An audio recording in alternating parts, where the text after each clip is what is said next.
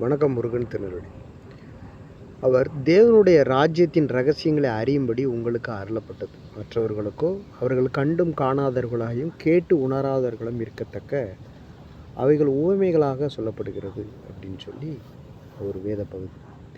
ராஜ்யத்தின் ரகசியங்களை அறியும்படின்னா, ராஜ்யத்தின் ரகசியன்றது ஒரு சீடு அப்படின்னு சொல்கிறாங்க.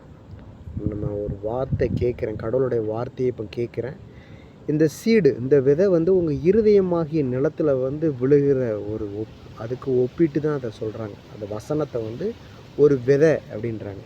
இந்த விதையை உங்கள் இருதயமாகிய நிலத்தில் விதைக்கிறோம்.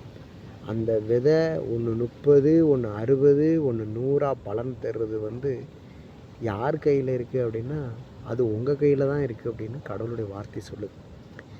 அந்த விதையை விதைச்சிட்டு நீங்கள் சும்மா இருக்க முடியாது. அந்த விதைக்கு தேவையான நீர், ஆகாரம், அதுக்கு தேவையான சத்துக்கள், அதுக்கு தேவையான உரம், அதுக்கு தேவையான நீர் பாய்ச்சல், அதுக்கு தேவையான களை எடுப்பு, இது எல்லாமே உங்களுடைய இருதயத்தின் மூலமாக தான் அது வேலை செய்ய முடியும்.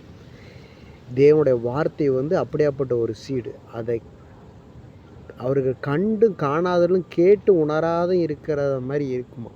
அதை யார் ரொம்ப கூர்ந்து கேட்டு அதை அனலைசிஸ் பண்ணுறாங்களோ அவங்களுக்கு தான் அந்த சீடு 30, 60, 100 பலனை கொடுக்கும் அப்படின்னு சொல்லி வேதம் சொல்லுது. கடவுளுடைய வார்த்தை உங்கள் உள்ளத்தில் 100 மடங்காக பலனை தரணும் அப்படின்றது என்னுடைய ஆசை.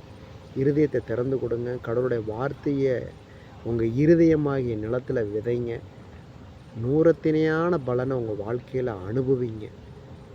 God bless you. ஓகே.